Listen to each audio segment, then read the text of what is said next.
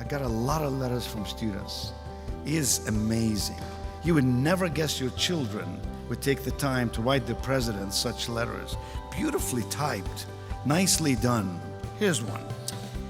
Have you ever been presented with one of those once-in-a-lifetime opportunities? The kind that you know will have the capacity to change your life forever? One so large that you think it might be the best decision you have ever made and will ever make. If so, bear with me for a second while I say this. I believe those once-in-a-lifetime opportunities do not exist. I know this seems to go against everything society has taught us, so allow me please to explain. I believe that this type of opportunity is not singular. Each one serves as a building block to new paths that guide you towards other incredible opportunities.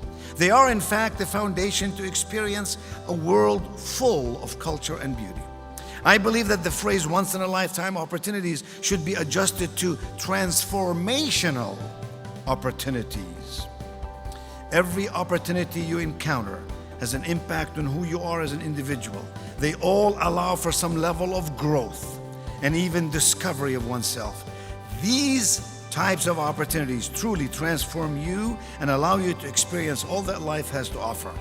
Attending High Point University was one of the most important transformational opportunities I will ever experience. As an incoming freshman, 2 words had been drilled into my head: opportunities and extraordinary. When you put them side by side, you know that HPU does offer extraordinary opportunities. I remember having slight doubt about this idea at that time as a first-week freshman. Can a school really be this amazing? As I progressed from incoming freshman to now a senior, graduating in May, I can confidently say that High Point University has lived up to every expectation and gone beyond what I could have ever imagined. To truly find success in life and to truly frame it with significance and to embed it with a sense of impact, results rule. Somehow, some way, you must travel that journey from being an optimist to being an actionist. The world happens because somebody acts on it. We can't just be dreamers. So many people, even on this campus sometimes, want to give me an idea. And I have to remind them, ideas are a dime a dozen. We can have more ideas by noon every day than we can act on in a lifetime. We're not looking for merely an idea. We're looking for a plan to carry out the idea, and we're looking for someone to make it happen. Not just an optimist, but an actionist. Go from having a fixed mindset, I cannot, therefore I will not, to having a growth mindset, I will explore, yes I can. When God created me, God created somebody special. I tell everybody on this campus, God didn't sit in heaven and say, I'll tell you what, on Monday, Wednesday, and Friday, I'm going to create some extraordinary people. On Tuesday, Thursday, and Saturday, I'm going to create some dinglings. Question for you is, which day were you born on? Of course not. God's created us in His own image. We know all of us are extraordinary people. We're the ones who mess it up. And so Carol Dweck says you got to go from fixed mindset. We've never been able to do that. I can't do that. We don't have the resources to do that. To a growth mindset. I will explore. I will take appropriate risks. She and Daniel Lubinsky both agree that the 10 enemies of personal greatness, the 10 things that will keep us from getting there, are these. People who don't achieve their greatness, people who are the dinglings, not the extraordinary ones, are always taking the path of least resistance. comparing themselves to everyone else, worrying too much about what others think of them, ignoring their gut instincts, holding on when they need to move on, always living in the past, doing the wrong things just because others are too, allowing small problems to overwhelm you, surrendering to living in a comfort zone, and not believing that you can, that you really can, having a growth mindset. So Daniel Lubinsky says, don't be an optimist, be an actionist. Carol Dweck says, don't have a fixed mindset, have a growth mindset. So my message for you graduates, you've done an exceptional job. You came to the school. You picked the right school for you. You've had a wonderful time. You've struggled through calculus, but you made it in the end. And you know you earned it. And as you exit the hollowed hallways of this university, I want to challenge you to be an actionist. I want to challenge you to be a person who believes and who acts on a growth mindset every day. I want to challenge you not to be afraid of adversity, not to run at the first sign of trouble, but to stand tall and say when things get tough, the tough get going. To understand that out of adversity can still emerge abundance. Your attitude can guide you through life in a magical, wonderful way.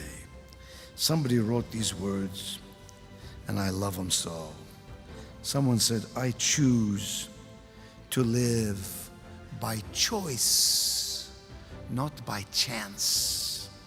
I choose to make changes, not excuses. I choose to be motivated, not manipulated. I choose to be useful, not used. I choose to excel, not merely compete. I choose self-esteem, not self-pity. I choose to listen to my inner voice. I choose to listen to that voice instead of the random opinions of others.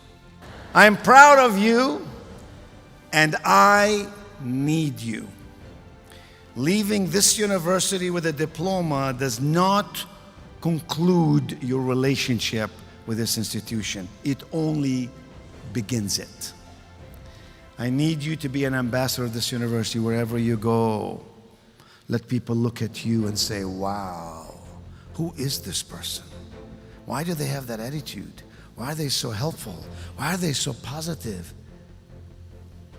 Be the light that shines through the darkness occasionally that exists in life. I need you to advocate this institution. Parents, your job has only just begun. This is the place your son or daughter is graduating from. You're proud of it. Do not abort your mission. Continue to advocate this university. Pray that this institution, founded in 1924, as it celebrates its 100th anniversary, I hope all of you will come back to our 100th anniversary. It'll be in 4 or 5 years. Pray that this institution that has graduated tens of thousands will continue to do so, and continue to do so under the guidance of the heavens, continues to have the courage to say, we are a God, family, and country school, continues not to be taken by political correctness, but simply by correctness itself. To do that which is right, that which is noble, that which is fair, that which is just, instead of adhering to just some manufactured list of how you and I ought to be. How you and I ought to be resides in our hearts. We know how we're supposed to be. We're supposed to help others. To whom much is given, much is indeed required. As William Barclay once said, always give without remembering. Always receive without forgetting.